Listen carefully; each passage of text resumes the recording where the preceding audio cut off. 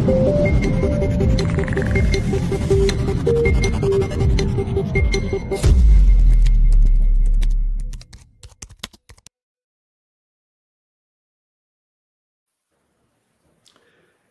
and welcome to Strategic Compass. Today I'm joined by Mark Almond, a well-known political analyst based in Britain, an academic, a prolific writer who contributes to the national, that means British, but also international media on global political affairs. Today we are going to talk about what is being going on in Britain. There has been a lot of happenings lately in Britain. People are in the streets demonstrating for a number of reasons. The food prices, immigration, and what have you. And we are going to basically discuss with Mark, an old friend, who we used to teach at the same university back in Ankara years ago. And he's the most knowledgeable person on all that. Mark, welcome to our program. Hasan, thank you very much. It's very good to be on your program again. Well, thank you. It's very nice to see you online, and I'm sure our viewers are going to enjoy your comments on what is going on in Britain. Well, I think, let me start with a very short question. What's going on in Britain? The mainstream media seems to be hiding lots of things, but if you like, lots of things are protruding then coming into the surface. Yeah. Well, yeah. I mean, the peculiar situation, you could say, is that only 14, 15 months ago, a new government was elected with a huge majority, at least in terms of seats in Parliament. And a lot of its friends, a lot of people who welcomed the change, confidently said in July 2024 that now there'll be plain sailing. We've had several years of internal splits in the Conservative Party, of economic and social problems. We've had the byproduct of COVID, which led to inflation and so on. And instead of a perceived impotent government flapping around, but not actually being able to pursue any effective policies, now there will be a government with a large majority, and it would steer the ship of state into calmer waters. But it hasn't happened. Almost from the very beginning, there were scandals affecting the new Prime Minister and government over their association with rich people, their receipt of favours and of gifts and so on, which seemed to be in stark contrast with the promise that the new government would have nothing to do with the cronyism and the sense of being entangled with the super rich that the previous Conservative government was accused of being. So that got them off to a bad start. But more importantly was the series of riots and demonstrations that took place within a month of it coming to power at the end of July, beginning of August last year, about the issue of migration and the distribution of people who arrive in the country by sea without passports, without any identification, and who are then housed by the British state in hotels and in hostels around the country. And there were a series of quite, certainly potentially very violent confrontations, although mercifully they fell short of causing death. But this, in a sense, brought out that there was a big section of the British public that was very angered by the inability of the government to control the borders of the country, and the sense of impotence, which, as I say, was something that people had felt the Conservative government that had been chased out of office with the lowest share of seats that it had had for almost 195 years, and that now suddenly these problems, far from being solved, seem to be endemic, and the sense that the state itself wasn't able to deal with the security of the borders. Remember, Britain is an island. You might think that it would be fairly easy to control your borders when there's the sea there. It's more difficult if you have a land border with a state in chaos. Turkish viewers, listeners will be aware of the problems of having civil war in Syria or conflict in Iraq, and how that it makes it much more difficult for the Turkish state although in practice the Turkish state has not been so, has not had such difficulty, but it poses a day-to-day problem. We see, for instance, with Poland and countries on the east of the European Union trying to control their borders with Belarus and with Russia, that they have turned out to be more able to do this. It's not necessarily a nice process, but it is a process that most citizens of most countries expect their government to organise. And so this sense that the British state wasn't able to perform basic tasks that you ought to be able to take for granted in any country, and particularly in a wealthy and developed country, is a part of a sense of malaise, if you like, a sense of unease about, is Britain really being guided by government, or is the government not really in control? And then that, of course, spreads to other issues in the society. So, for instance, we see how the British economy has flatlined, has remained very low in terms of growth. So, for instance, to compare Britain with the United States, in the last 6 years, the British income per person in terms of GDP has risen by less than 1%. In the United States, it's risen by just under 10%. So we have a growing gap with the US economies. The European economies, particularly the classic old European economies, Germany, France, and so on, have not been doing terribly well either. So it's not just a product of Britain leaving the European Union, but it's certainly also not a happy situation. And perhaps precisely because Germany, the Netherlands, France are also suffering severe economic slow growth and so on, it suggests that there's no simple solution. People said Brexit, leaving the European Union, hasn't produced a boom, let's go back, and that will produce a boom. Well, I think there are maybe reasons for returning to the European Union, but boom is not something that Brussels is producing at the moment either. Well, now you basically mentioned two things. One is the immigration in general, and the other is the low growth in economy. And the low growth is not the consequences of leaving the European Union, because the European Union countries, the major economies of the European Union, are not doing any better than the British. Yeah. Now, leaving that aside for a while, because I'll try to tie it up with certain other things like, boycotting Russia, sanctioning Russia, and also the foreign policy attitudes in general and all that. And we have to remember that Britain is a sort of a global economy, if you like, but also has all sorts of international entanglements. So it's not just a Northwest European island, for good or ill. And so, as you say, these international aspects play into domestic politics, domestic issues too. Now, on the question of immigration, what does the current Prime Minister actually say? Because his position seems to be wavering. He doesn't seem to take a clear attitude, which could sort of satisfy the angry protesters. You see, there are two sides to the immigration question. First is the issue of illegal immigration, if you like, people who cross the sea from France or Belgium very often without passports, with no identity, and certainly no permission. And that's roughly 35 to 40,000 people a year, probably in this current year. On the other hand, there's also been a very large scale of immigration with people who have received visas, received the right to come and work in Britain, but the scale is huge. So, for instance, since 2019, more people have come into Britain than in the previous 1,000 years. So it's a very dramatic. It's 1,000 years. Yes, it's a very dramatic demographic shift in terms of numbers, and that, of course, leaving aside any issues about ethnicity or religion, is also an issue of practicality. How do you house such large numbers of people? How do you provide education for their children? How do you provide health services and so on? And I think one of the problems has been that governments assumed that more migration would mean more people working, that would mean more tax revenue, that would mean that there wouldn't really be problems for the state or the society, because there would be resources to pay for more housing, more education, more hospitals and so on. But that hasn't turned out to be the case. Partly, many of the new arrivals are essentially working in low-paid jobs. So either they don't earn enough to pay tax, or they only pay a very small amount of tax.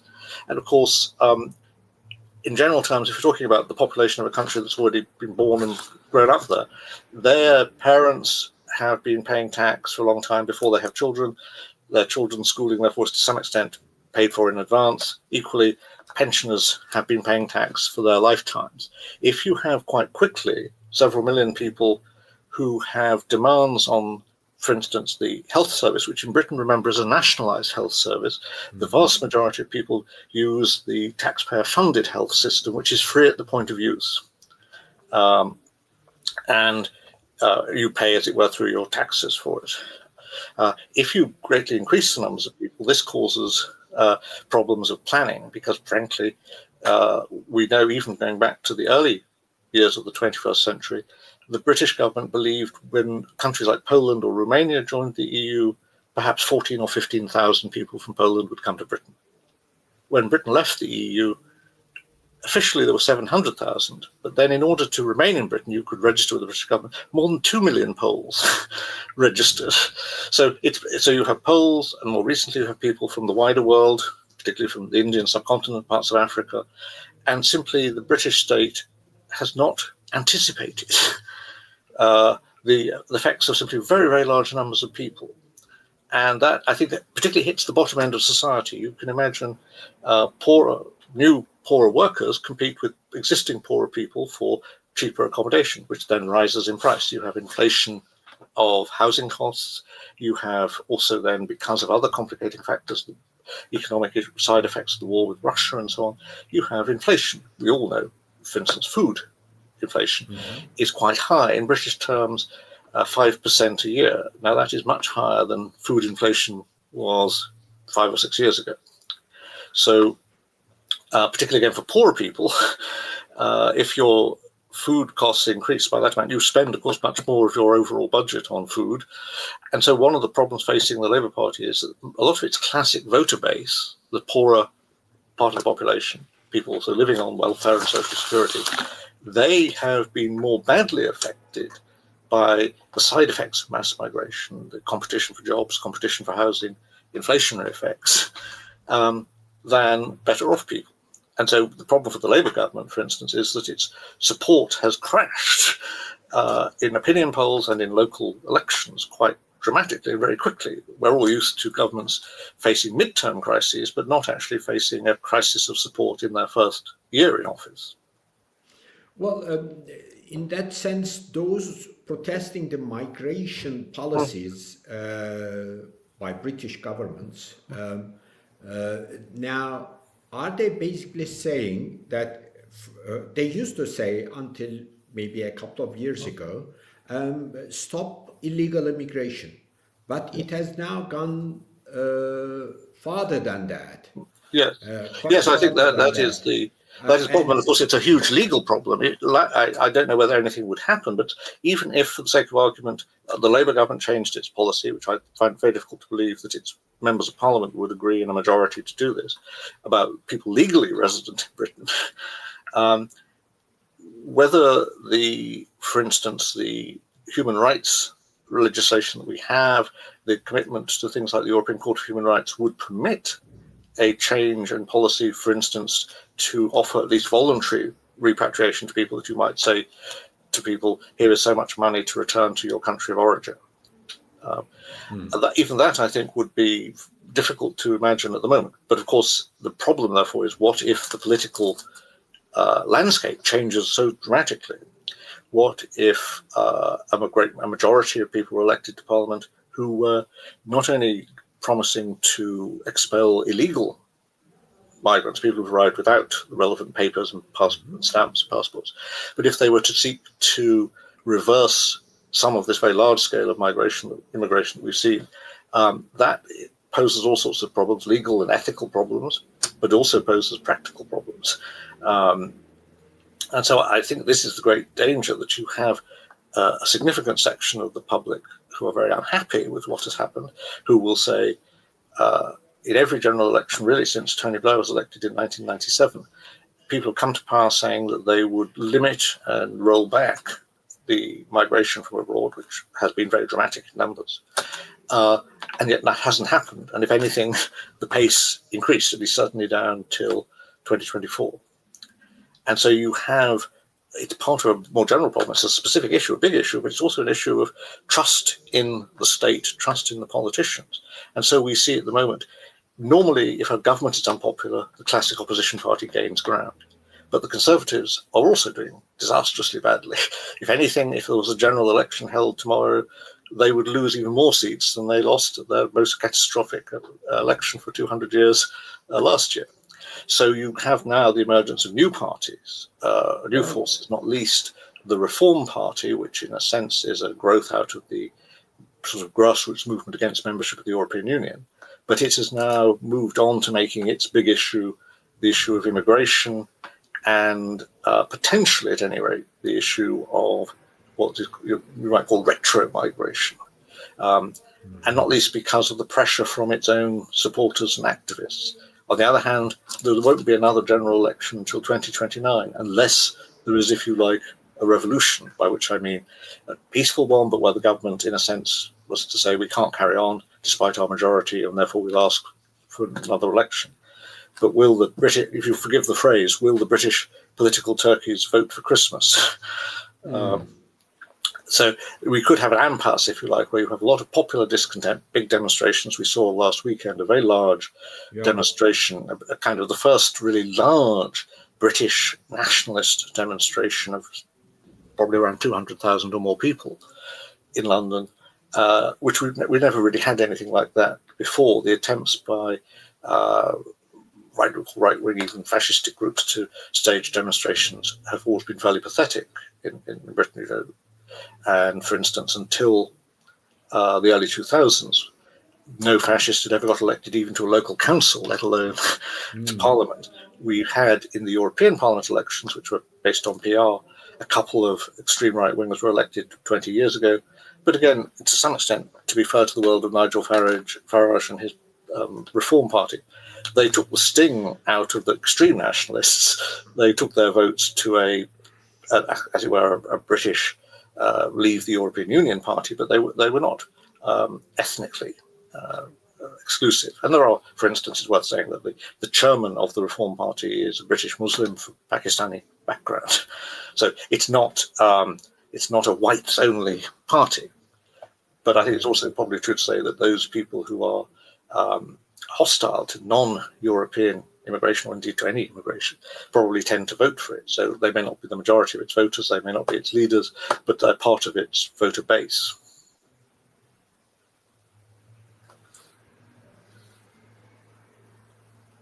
At some stage we lost you, Mark, but you know. Okay, sorry.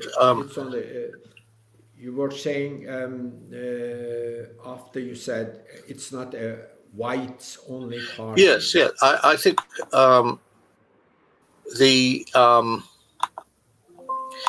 Reform Party has, for instance, its chairman is a person is British Muslim of Pakistani background, and there are several non-white people in its leadership or public positions.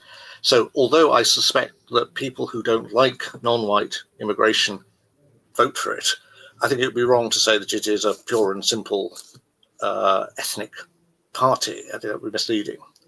And that, of course, distinguishes it from the previous parties, which were very much fringe parties that never really took off in Britain. Its ability, if you like, to appeal to a English-speaking, but not necessarily ethnically English group, because you find, like, for instance, just anecdotally, I can tell you, I remember the day of the Brexit vote, I was talking to a British Sikh and also to a British Muslim of Pakistani background, and they had both voted to leave the European Union.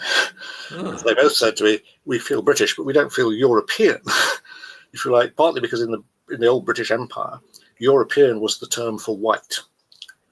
And it was as it were the exclusionist term. The British were as you know, are very good at being polite and hypocritical. So they didn't say white, black, or brown. They used terms like European. If we go back 100 years or whatever. But I think it's also true to say that many people from, obviously they've lived in Britain perhaps for several generations, but people whose families would have come from former parts of the British Empire feel more British than they feel European. European is still a bit alien to the Rothschild lips. They speak English, but they don't necessarily speak French or German or whatever. What is also, I suppose, an issue now is that many of the people coming from outside Europe, outside Britain to Britain, come from countries which were not part of the English-speaking world. Lots of people from what used to be French or Belgian colonial territories in Africa, other parts of the world. So you then get tensions between people who may be English-speaking groups and then people who are non-English speakers. So you have, say, Somalis come from the old Italian empire, if I can think back into colonial terms and so on. And then there is also the issue of violence between groups and also, to some extent, with migrants. I think we can all see one problem, particularly with the people who arrive in boats, are overwhelmingly young men. And I think it's not a specifically ethnic or religious issue. I think if any group of 150 men aged 18 to 22 gather together, don't have any work, don't have much money, you are likely to have trouble with them. It doesn't matter whether they were from Finland or from Patagonia. But of course, in this particular case, they tend to be people from parts of Africa, Ethiopia, Eritrea, or whatever. And so even for many people in Britain, they are, as it were, foreign because they don't have English as their language, as their culture as well. But also, I'd say one irony of the British system is it's very bad at keeping people out of the country, but it's very good at stopping them working legally.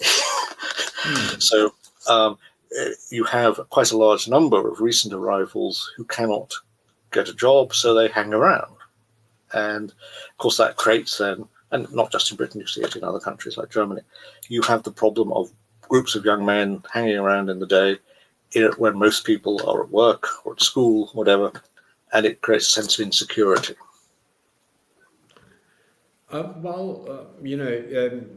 It's been excellent, always talking to you.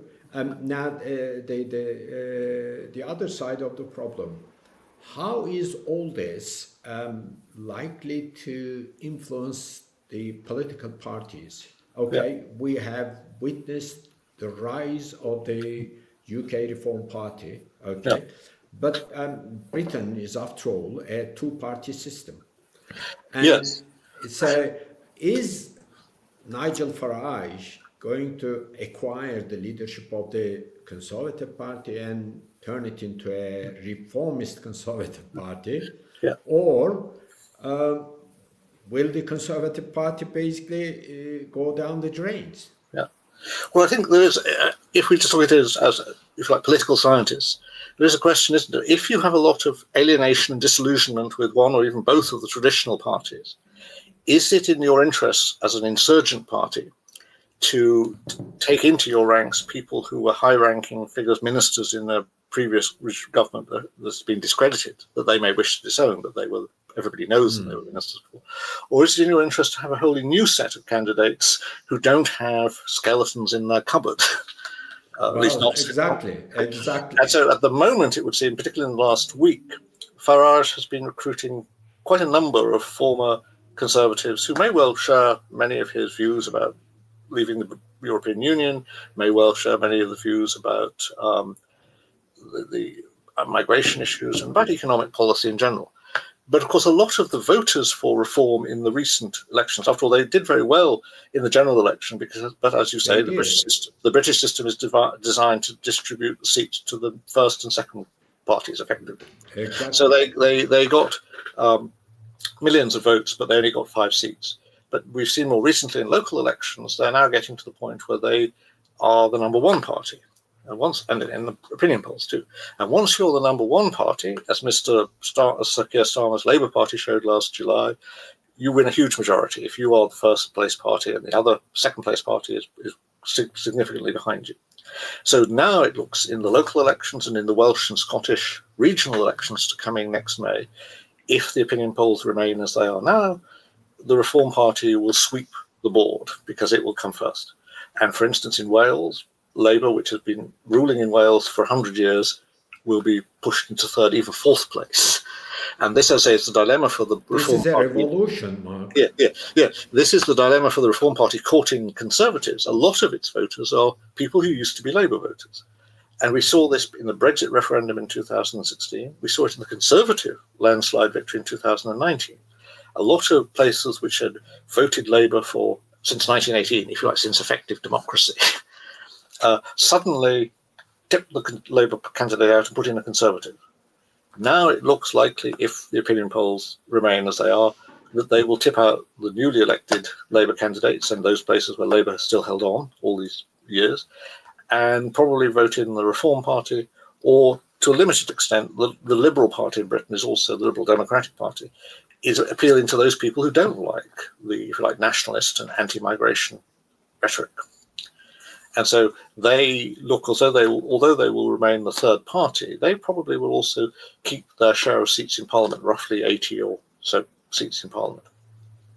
So what we're now facing is a very unstable situation where you'll have the rump of the two old parties, Labour and Conservative, and then you'll have this, as well, Reform Party, but also the Liberal Democratic Party, and then nationalist parties in Scotland and in Wales. And so this then raises the question about, as it were, Great Britain.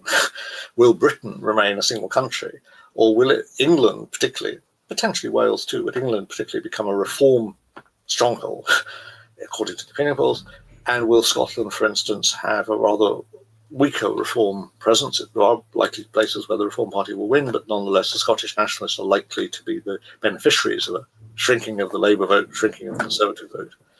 And so the Scots may say, Scottish nationalists might say, we want another referendum on independence. So the rise of the Reform Party, which may be linked also with a lot of unusually publicly expressed British/English patriotism, nationalism, flag waving. Hasan, you've lived in England, you will know that flags are not widely displayed. In my lifetime, it's been very unusual, except on football matches or whatever. Now, suddenly in the last few weeks, you see all over the place the English and the British flag displayed. Now, this might not strike people, for instance. We do it in Turkey, but I hardly saw anything like that in Britain. But it's probably normal in Turkey. It's probably normal in Sweden or United States, so many countries. But it's been a sign in the sense that the English had, if you like, a rather arrogant attitude. We don't need to wave the flag because it's British. And now you have a sense of your identity being under threat, perhaps. And so suddenly, and to many people's surprise and some people's discomfort, you have visible displays of patriotism or nationalism, call it what you will. And I say this, ironically, may also then cause a split between particularly the Scots and the English, because the Welsh are rather divided. There are Welsh nationalists, but also if we look at the opinion polls, more people in Wales will support the Reform Party than support the Welsh Nationalist Party. But each of them has increased their share of the vote to the detriment of the two old classic parties, the Labour Party, which was dominant in these places, Wales and Scotland, what we call the Celtic fringe, the areas where people were traditionally not English speaking until the age of modern education, modern media and so on. Now obviously everybody speaks English, although some people also speak Welsh, but everybody is bilingual at worst. But now you have this growing sense of identity. And as I say, I think the British, not only British politicians, the classic established British politicians, but the media, academics, find themselves baffled by this. It's a process that has emerged without them really noticing it until suddenly it sort of stood up and slapped them in the face. And I think it produces a kind of almost nervous breakdown for the established groups in society, not only the politicians, but the media, the bureaucrats, the civil servants, because they were used to administering a country that had very different attitudes. And suddenly, it seems, these attitudes have swelled up. Maybe they will disappear as suddenly, but I think because the socio-economic issues that underline this don't seem likely to go away very soon, then it's likely that these issues will remain with us. Well, all those liberals and their ideas they propagated over for so many decades, basically, about migration, about various other things, including the European Union, as if it is going to remain as the backbone of the human society forever. People like you here in Turkey, me, good old Norman for decades. You know, we used to say that the European Union is going to come to an end, and all those liberal sort of ideas are not sustainable in the long run. And it seems, you know, from obviously I follow what's been going on in Britain from here, and those liberals have lost a lot of influence over the people and the opinion in general. I think partly it's also the very technology that we are using to talk to each other now. The rise of the internet, the rise of alternative sources of information, which social media, has created a situation that the kind of rather limited scope of discourse that existed when people had 2 or 3 television channels, there were newspapers in print and so on, has broken down. Now that has both good and bad consequences. It means that all sorts of information that was not widely available or accessible is now easily accessible, but also we could say disinformation, if you like, but also people can now get out of the rather limited space that was permitted for discussion. And again, I think we could say the liberals failed to see in America bringing about Trump, in Britain with Brexit and so on, and the rise of all sorts of counter political and cultural movements, that they were too complacent. And because their lives were good, they didn't see that many of the things that made their lives good were actually making many other people's lives worse. For instance, in Britain, when I was a student and a young person, there were next to no servants. There wasn't a servant class. There wasn't a class of people cleaning most people's houses, doing their gardening, doing all sorts of menial work. This was something that the modern British, modern European societies had replaced with technology. And now you have large numbers of Deliveroo drivers and all sorts of people living from 2 or 3 jobs, living in great economic insecurity. That makes the life, if I can put it this way, of the liberal bourgeoisie very agreeable. But it's an index of social and economic insecurity for large numbers of people further down the social chain. And that combined then with the enormous inflation in property prices has meant that large numbers of young people, my own ex-students from Oxford, who get good jobs, find that they can't buy a house or a flat remotely comparable to what their parents had when they were starting out their lives in employment, even though they're employed as lawyers or they have what most people would think of good jobs. It's simply the inflation of property prices has put this out of the reach of many people, or certainly forced them to live in more constricted, smaller spaces and so on. And then for many people, it's simply not possible. When you have a single room flat in London might cost you £2,000 a month, then for a lot of people, that is simply out of reach. And then you get more and more people almost living as a kind of tenement. Again, going back to the way life was before certainly the Second World War. So a long time went by from 1945, if you like, till the early 2000s, when everybody's life got better. And people could reasonably assume that they would be better off than their parents, and certainly no worse off. And now you have a situation where even people who are quite well paid face a situation that their lives are more constricted because of housing prices, energy prices. One of the big causes of Mr. Starmer's unpopularity is he promised that he would cut energy bills. Well, they have gone up. He promised that he would keep a winter subsidy for older people over 65 to pay for their heating. He cut that because he faces a budget crisis. Now, these are not all his fault, but nonetheless, if you promise one thing and within a few months you do quite the opposite, and we've seen this in other countries too, your public support shrinks. And I think the danger now, coming back to the political consequences, is that whereas in the past, political support went from one centre-right party to a centre-left party and back again, now you have the emergence of movements, including to some extent the radical left. The Greens in Britain are not really an environmental party, they're more a radical socialist party, who say the system is rotten, the system is corrupt, the system doesn't serve the people, it should be got rid of. And we haven't really had a remotely revolutionary movement in Britain really since the time of the French Revolution. And on the whole, that was because the British political parties always managed to find ways of compromise, dealing with the problem before it got out of hand. And now I think there's this risk, it's only a risk, but it's now a serious risk, that a large group of younger people are very alienated from the system.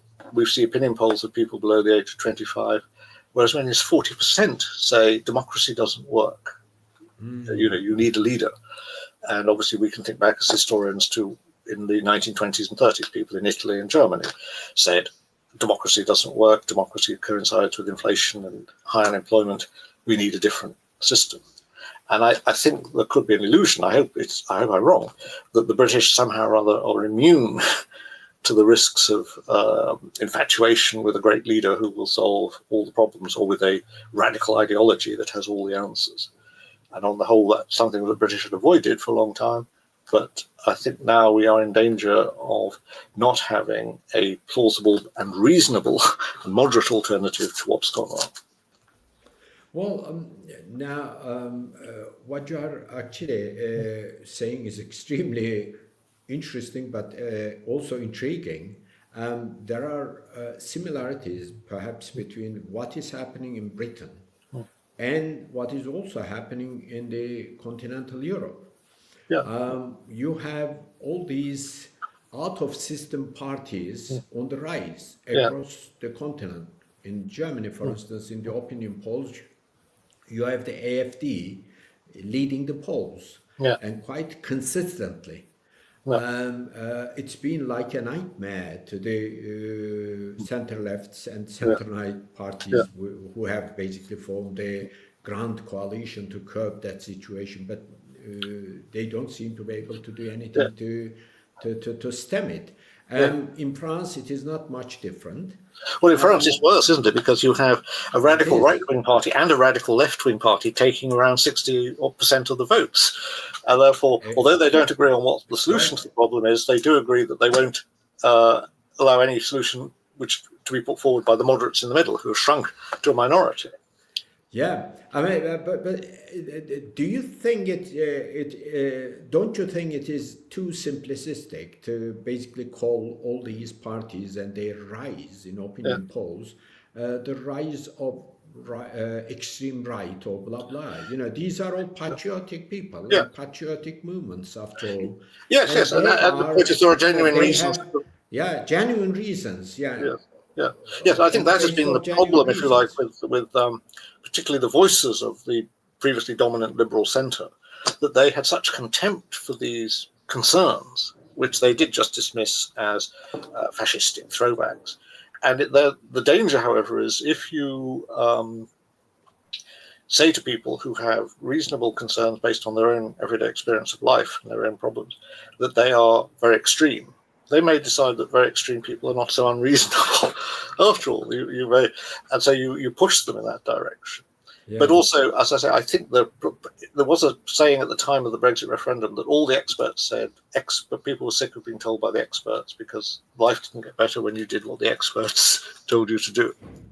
Now, and I think that mood has spread really much across Europe, and we see, in a sense, it's part of the reason for the election of Trump, isn't it? That Trump was able to gather a coalition of all sorts of people, not just white Americans, but lots of Hispanics, even a significant number, for instance, of Muslim Americans voted for him, partly because they said Biden is too pro-Israeli. Well, maybe they're now disappointed with Trump, but nonetheless, he was able to create a big coalition. And I think one of the issues facing much of Europe now is, will we see through electoral politics a shift in policy that begins to calm the situation because people get politicians who are keeping their promises. Whether their promises will work is a different thing. But people, as I say, one problem, we see it with Merz in Germany, as with Starmer.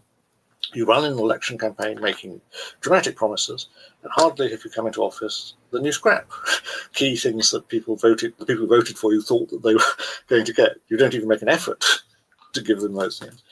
And so this sense of cynicism about democratic politics is a real danger, I think, for the Western countries, not least because we are seeing a crisis of expectations. Again, classic cause of revolutions is when enough people begin to think life will get worse. On the whole, as I say, since the Second World War, for most people in Europe, most people in North America, there was always a sense that there were particular issues you weren't happy about, but you would be better off, economically better off. Now things have changed. Take France, for instance. Who are the group who are most likely to buy a new car in France? Are they the people aged over 60 or the people aged under 30? It's the over 60s. They are still protected by receiving pensions or their state salaries. And first generation drivers now face the prospect of not actually being able to drive, having their own car to drive, because cars... They have good memories about their youth and the life they lived. But not those under 30. Yeah. And so, although I hope that the people who say that democracy doesn't work will give it a second chance, nonetheless, you can see why somebody who has come out of university and ends up doing a rather menial job, not a job relevant to their qualifications, is a very destabilizing factor. Remember, before the Russian Revolution, the people in Russia would talk about the excess number of intellectuals. Too many people are educated for the number of jobs suitable for educated people. And now we're beginning to see this phenomenon in much of Europe too. And that has always been a warning sign for the stability of society. Exactly. Well, yes, I mean, so for instance, about the expectations in particular, that your life is going to get better in the years, or you have had a betterment of your life over the last few years, or perhaps a decade or two, and it is indicative of what you are going to have in the years ahead. That sort of thing, I think you see in China now. I keep visiting China and talking to people and intellectuals and others. You get that feeling in the face of the people, smiling faces. They are busy and working here and there. So that might make in terms of intellectual thinking. The happenings in Britain worse, democracy doesn't work kind of thing. Well, you see, if you take a different demography, I think whereas in China, although China has a relatively low birth rate, not necessarily replacement, it partly reflects growing economic prosperity. Whereas the issue in, say, countries like in Northern Europe, like Britain, or in North America even, is that people don't get married early enough. They then don't have children because they live in very small apartments. They don't really have space. They don't have gardens for their children to play. So they put off having children, or they feel they can't afford them. And there are other cultural changes too. But these are fairly unhealthy symptoms for a society. Well, for Turkish society too. By the way, the Chinese have lifted the ban on birth. How many children you can have. I think they first lifted the ban on the first child obligation, child obligation. Then they said 2, and I think since 2021 or so, you can have up to 3 children, kind of. So there's planning about anything and everything, because you are talking about 1.5 billion people. Otherwise, you would have chaos. Now, just maybe a few words about the effect that the British policy towards Russia, the Russian war, the hawkish attitude of the British government, as well as the hawkish attitude of German, French, and European governments in general, with few exceptions aside. Do you think that has also had an impact on the worsening of the situation in Britain and across Europe? Well, certainly the Russian war with Ukraine, leading to sanctions on Russian energy exports, for instance, has meant that Britain has to compete with countries that previously got cheap Russian gas. We have to buy that gas from the same people, so the prices have gone up quite markedly. So energy prices have risen very sharply. And that is, again, a big part of the social discontent if people find that they are spending several times what they spent on energy 10 years ago. The other side, of course, is the environmental policies of the government. It's committed to so-called net zero policies to stop releasing carbon dioxide. And that means that it has actually shut off domestic sources of energy because they seem to be polluting, but you end up buying the same coal or the same gas from somewhere else, so the pollution is simply produced in North America or in Norway. But coming back to the international situation, in some ways I think there's an element of compensation for domestic impotence that politicians turn to foreign policy issues. And the war with Ukraine was a great shock, and Putin is seen as being the arch villain, somebody you can't deal with. And I think this is perhaps the bigger problem. You might have a situation where you think, not unreasonably, Russia has invaded Ukraine. It's the aggressor. But is it wise to say there can be no compromise with the aggressor, and that you want to pursue an economic war by ourselves, but funding and supplying a military war for the Ukrainians, which is predicated on the eventual defeat and destruction of Russia as a state, as a potential threat? Mm-hmm. And I think this risks spinning out the war, and for instance, for the Ukrainians, could end up with them facing a much worse situation than they might have faced if after the initial shock of not overrunning Ukraine very quickly in March of 2022, if Putin's apparent willingness to accept a compromise deal had been accepted, however much you wouldn't trust the person. Well, the compromise deal was there. It was concluded in Istanbul, and it was actually I think pre-signed by the Ukrainians and the Russians, and just waiting to be. And certainly then British Prime Minister Boris Johnson played a big role in urging the Ukrainians to remain resolute and to fight for every inch of their territory. Now, I can understand not wanting to surrender an inch of one's territory and so on. But since the territory in question was primarily places that had been out of the control of the government in Kiev since 2014, it wasn't quite the humiliating appeasement that it's been sometimes presented as. And instead we've had a war drag on, a war of attrition with huge human losses on both sides and huge economic losses. And even if the war were to end now, will Ukraine recover? Because so many Ukrainians have fled abroad, and will they return?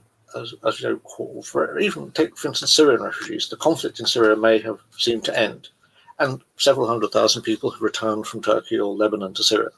But they are only a small proportion of the millions who left Syria. Small, very small proportion,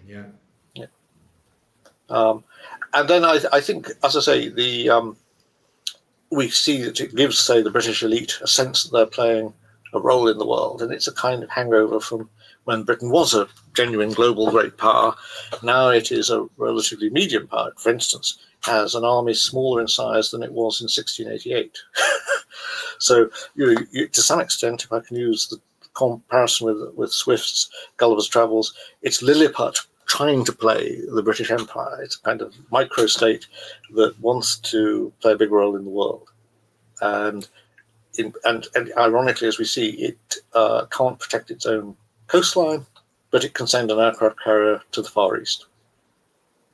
Well, that was very good concluding remark, Mark. Thank you. Thank you. Unless you have something you really want to add, we can actually end the conversation here. Yeah. I'm very grateful for your questions. I hope I haven't bored your viewers and listeners. Oh, no. I'm sure.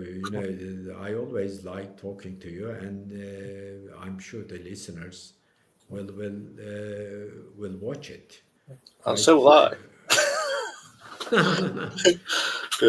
Thank you very much. Watch it with enjoyment. There's no question about it. They're going to enjoy it all.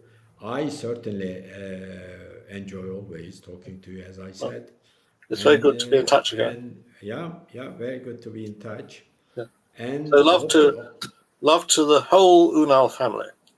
Thank you very much, and all the friends back in Britain, around, whoever is there. Okay. And, excellent. Bye-bye for now. Yeah. Well, I'm sure these problems won't go away, so maybe we are gonna knock on your door from That's time it. to time, saying, yeah, okay, excellent. Yeah. Thank So, you. thank you again. Thanks. Well, so I leave you to switch it off for you. No, we've come to the end of our interview with Mark Almond, who has been a political analyst, a historian, academic, an old friend in Britain. Today we have discussed the latest situation in Britain. And until we get back to you with a new expert, with a new subject, bye-bye for now.